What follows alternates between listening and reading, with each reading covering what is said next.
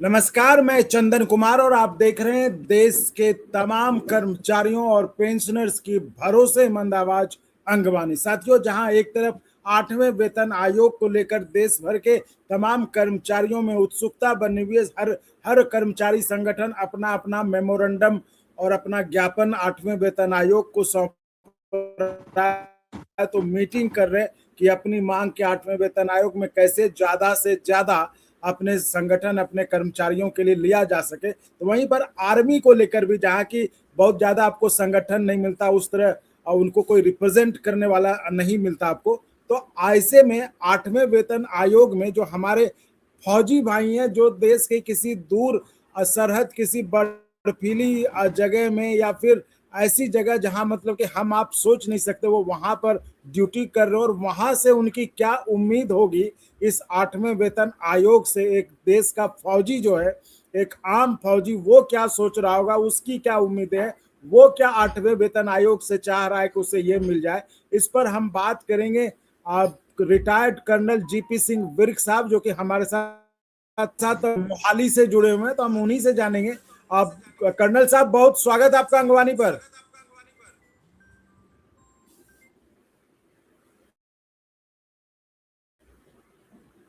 प्रिया, ये आपने अपने चैनल पे बुलाया, और सबसे जो आपकी मुझे बात सही लगी, जो आपने बोला कि हम फौजियों का कोई रिप्रेजेंट नहीं कर पाता है। इसका एक मूल कारण यह है कि हमने अपने कॉन्स्टिट्यूशन को ही नहीं समझा कि हमने अपनी आर्म फोर्सेस को रखना कैसे है। ये मेरा आज 21 साल फौज में सर्विस करने के बाद और तकरीबन 22 साल वेटरन रहने के बाद, ये मैं बड़े शर्म एक खुले तरीके से कह सकता हूं और बड़े भरोसे के साथ कह सकता हूं कि हमारा जो सिस्टम है वो हमारे अपने कॉन्स्टिट्यूशन को नहीं समझ पाया। क्यों? ये आर्म फोर्सेस एक ऐसी ऑर्गेनाइजेशंस हैं जो कि आर्टिकल 33 ऑफ द कॉन्स्टिट्यूशन के नीचे आती हैं। यानी कि जो भी शख्स इस ऑर्गेनाइजेशन के अंदर एंटर कर जाता है, चाहे वो आर्मी है, एयरफोर्स है, नेवी है, या इक्का दुक्का और एक दो ऑर्गेनाइजेशंस है, उसके अंदर उसके फंडामेंटल राइट ही रिस्ट्रिक्टेड हो जाते हैं। और इसलिए जब भी ये पे कमीशन की बात आती है, ये पे कमीशन पूरी सरकार का, दूसरों का, जो कि आर्टिकल 33 में नहीं आती हैं, उनका पूरे का पूरा ये संज्ञान लेता है, पूरा स्टडी करता है और सरकार को बताता है। यानी कि अगर एक तरफ से आर्टिकल 33 ऑफ द कॉन्स्टिट्यूशन में हमारे फंडामेंटल राइट रिस्ट्रिक्टेड हैं, तो हमारा ये कोई भी कौन सा ये शख्स है जो कि हमारी आवाज को पे कमीशन के ऊपर लेकर जाता है? कोई जाता ही नहीं है। क्यों? नाम है यूनियन परमिटेड है, नाम ये कोई एसोसिएशन परमिटेड है। यानी कि जो भी एक चीफ के लेवल पर जो भी जैसा भी कोई साइन करा ले, जिसको कि सिर्फ अपनी सर्विस का पता है, ना कि वेटरन्स का तो पता ही नहीं है, जिसमें पेंशन रिलेटेड है। और इसका मैं आपको मूल कारण ये बताता हूं कि ये लगातार जितनी भी पे कमीशंस आई हैं, उन्होंने आर्म फोर्सेस का उनको डिग्रेड किया है। मैं आपको मिसाल के तौर पे देता हूं कि 1971 की लड़ाई, मैं आपको उदाहरण देता हूं कि जब आपने पेंशन रेगुलेशंस या अपने स्टैट्यूटरी कानून बना दिए, आर्टिकल 33 ऑफ द कॉन्स्टिट्यूशन में पार्लियामेंट ने पास कर दिए कि ये आपके फंडामेंटल राइट रिस्ट्रिक्टेड है, और साथ में पार्लियामेंट के अंदर ही दे दिया कि ये भाई आर्मी एक्ट है, या एयरफोर्स एक्ट है, ये नेवी एक्ट है, ये आपकी रेगुलेशंस हैं, ये आपकी पेंशन की रेगुलेशन है, और ये आपकी दी है। इसका मतलब जो कुछ भी स्टैट्यूटरी पास हुआ पड़ा है, तो वो जब तक आप पार्लियामेंट के अंदर उस बिल को पास या अमेंडमेंट करने के बाद अगर नहीं करते हैं, तब तक वो वैसे का वैसे बरकरार रहता है। यानी कि कोई भी कानून आर्म फोर्सेस का अगर पास है, वो पार्लियामेंट के अंदर से थ्रू पास है। मैं अभी आपको एग्जांपल देता हूं कि किस प्रकार से लगातार पे कमीशंस और मजबूरियां ने क्या किया, और जो भी एग्जीक्यूटिव है, यानी कि अगर हम तीन कहते हैं, जुडिशरी, एग्जीक्यूटिव और अपनी पार्लियामेंट्री लेजिस्लेशन, इन तीनों को कॉन्स्टिट्यूशनली आर्म फोर्सेस ने कैसे नकारा है, डिफीट किया है। 19 आप देखिए पेंशन रेगुलेशन है 1961 की, जिसमें लिखा है जो भी पेंशन की रेगुलेशन है बनी हुई है, जवानों के लिए भी बनी हुई है, अफसरों के लिए भी बनी हुई है, आर्मी, एयरफोर्स, नेवी की पेंशन रेगुलेशन बरकरार है, बनी हुई है। पार्लियामेंट ये रेगुलेशन स्टैट्यूटरी है। लेकिन ये क्या हुआ कि जब जैसे जिसको जरूरत पड़ती है एक नई इंस्ट्रक्शन क्रिएट कर देता है, एग्जीक्यूटिव क्रिएट करता है, बगैर पार्लियामेंट से परमिशन लिए हुए, बिल को पास कराए हुए, बगैर अमेंडमेंट किए हुए, और अपनी ही कोई ऐसी बता देता है कि ये पे कमीशन को जी हम दे रहे हैं।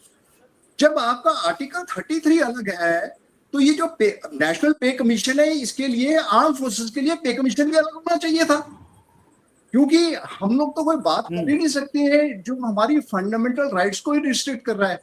और देखिए डिग्रेडेशन का तरीका जो मामला है, 1961 के 62 में चाइना के साथ ऑपरेशन हुए, उसमें इमरजेंसी लग गई, ऑफिसर्स नहीं थे। इन्होंने कहा कि हम एक ऐसे शॉर्ट सर्विस कमीशन ले आते हैं जी, बहुत एकदम से चाहिए ऑफिसर, हम अभी 4 साल के लिए वेट नहीं कर सकते या 2 साल के लिए वेट नहीं कर सकते, अफसर चाहिए हमें 6-6 महीने और 3-3 महीने तक भी उन्होंने ट्रेन करके अफसर क्रिएट कर दिए।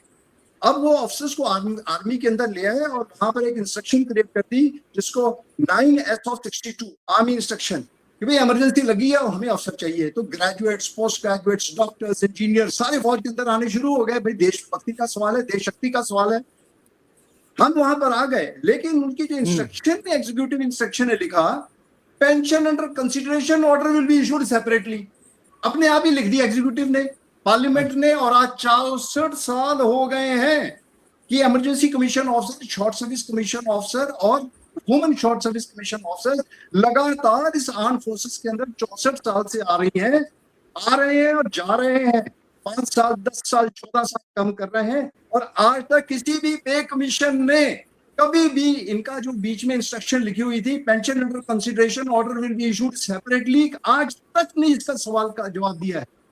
यानी कि इतने हमारे हजारों ऑफिसर्स देश के लिए मर मिटने के लिए तैयार, लेकिन ये एक 1964 का इंस्ट्रक्शन, एग्जीक्यूटिव इंस्ट्रक्शन, आज किसी भी पे कमीशन ने इसको देखा ही नहीं कि इन अफसरों को हम कैसे ला रहे हैं, कैसे जा रहे हैं, ये ड्यूटियां पूरी कर रहे हैं, नफरी पूरी कर रहे हैं, मिलिट्री लीडरशिप पूरी कर रहे हैं। कौन देता है? तो ये एग्जीक्यूटिव, जबकि बेकानूनी तरीके से किसी ने इंस्ट्रक्शन बना दी और चलाइए, फौज चल रही है, क्योंकि ये पे कमीशन की गलती, इसमें खामी है। पे कमीशन ने ये कागज को देखा ही नहीं आज तक, और यही कारण है कि एग्जीक्यूटिव ने कागज अपने कमीशन को नहीं दिखाया है। यही कारण है कि सरकार ने आज तक किसी इसका जवाब नहीं दिया कि भाई पेंशन ऑर्डर कहां पर है।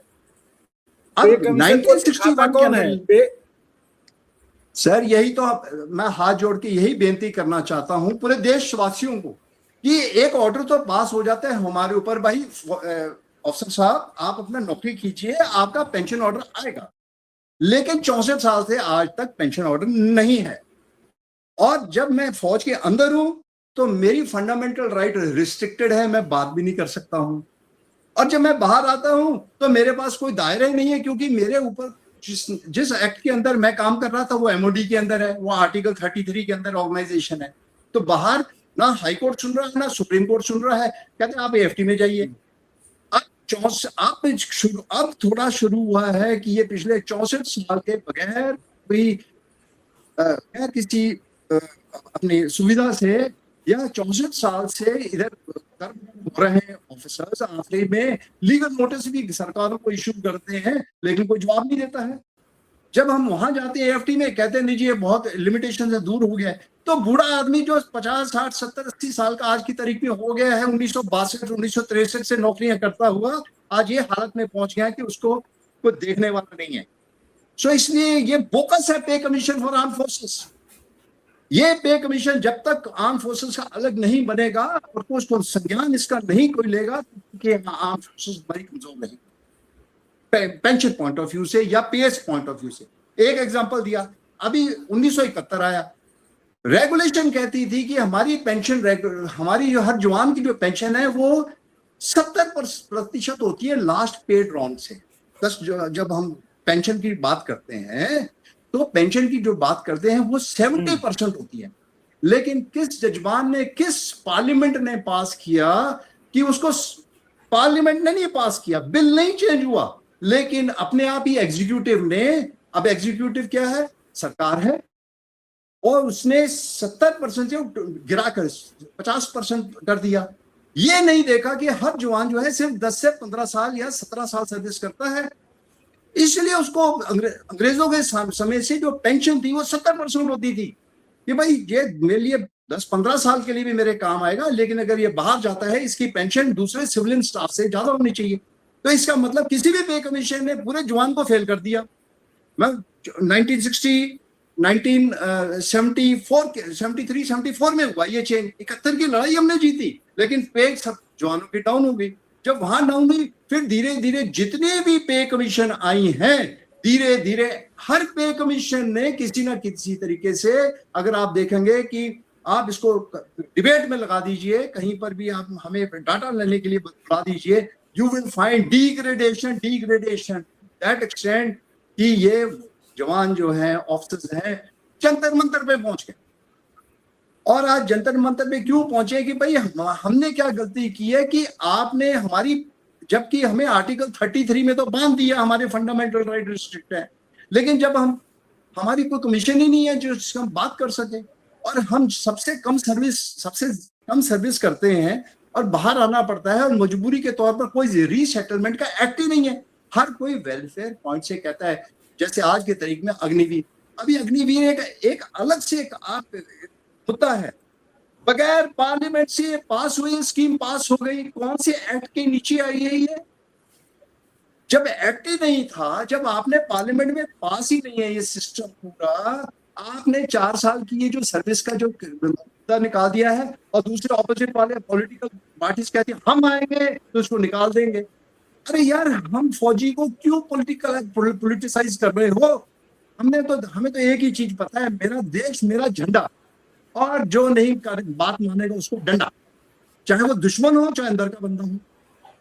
अब देखिए, आप लोगों ने इन हालात को, हमें फौजियों को इस हालात में पहुंचा दिया है कि आज को पे कमीशन से मैं कुछ नहीं मांग रहा हूं, मैं पे कमीशन से एक ही चीज आपके चैनल के थ्रू मांगूंगा और सरकार से मांगूंगा कि जितने भी हमारी, आपको चाहे वो आर्म फोर्सेस ट्रिब्यूनल है, चाहे वो हाई कोर्ट है, चाहे सुप्रीम कोर्ट है, जितने फौजियों की पिटीशनें लगी हुई हैं, उनको कृपा करके उन्हीं को देख लीजिए, पढ़ लीजिए, जवाब मिल जाएगा।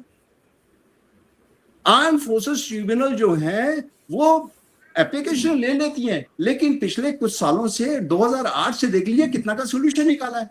और बेईमानी और दुख इस बात का होता है, आर्म फोर्सेस ट्रिब्यूनल जो कि बेंचेस बने हैं, एक्सपीरियंस हाई कोर्ट जजेस, सीनियर आर्मी ऑफिसर्स के बेंच हैं, दोनों मिलाकर इतना अच्छा सिस्टम क्रिएट कर दिया कानूनी तौर पर, और मिनिस्ट्री ऑफ डिफेंस के नीचे आते हैं डायरेक्टली, मिनिस्ट्री ऑफ जुडिशरी के, मिनिस्ट्री ऑफ ये अपनी लॉ के नीचे नहीं है।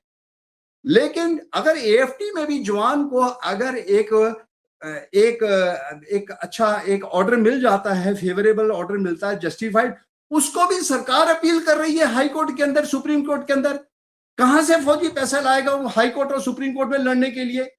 आज हालात ऐसे हो गए हैं कि arm forces tribunal short service commission officer को कहते हैं, भाई हमारे पास तो पावर ही नहीं है आपको एडजुडिकेट करने की, अगर पावर नहीं है तो कौन करेगा?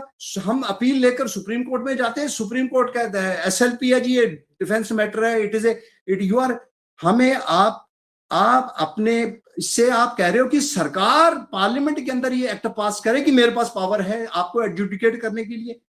एसएलपी फेल हो रही है, रिव्यू फेल हो रहा है। मेरे ख्याल में शॉर्ट सर्विस कमीशन ऑफिसर्स का ये पहली बार एक हिस्टोरिकल होगा कि सुप्रीम कोर्ट में ये एक पिटीशन है जो कि ये डिसाइड करेगी कि भाई क्या आर्म फोर्सेस ट्रिब्यूनल के ऊपर मेरे शॉर्ट सर्विस कमीशन ऑफिसर जो 10 साल 14 साल नौकरी करें, क्या इनकी एडजुडिकेशन नहीं करेगी? पावर ही नहीं है तो कहां जाए फौजी?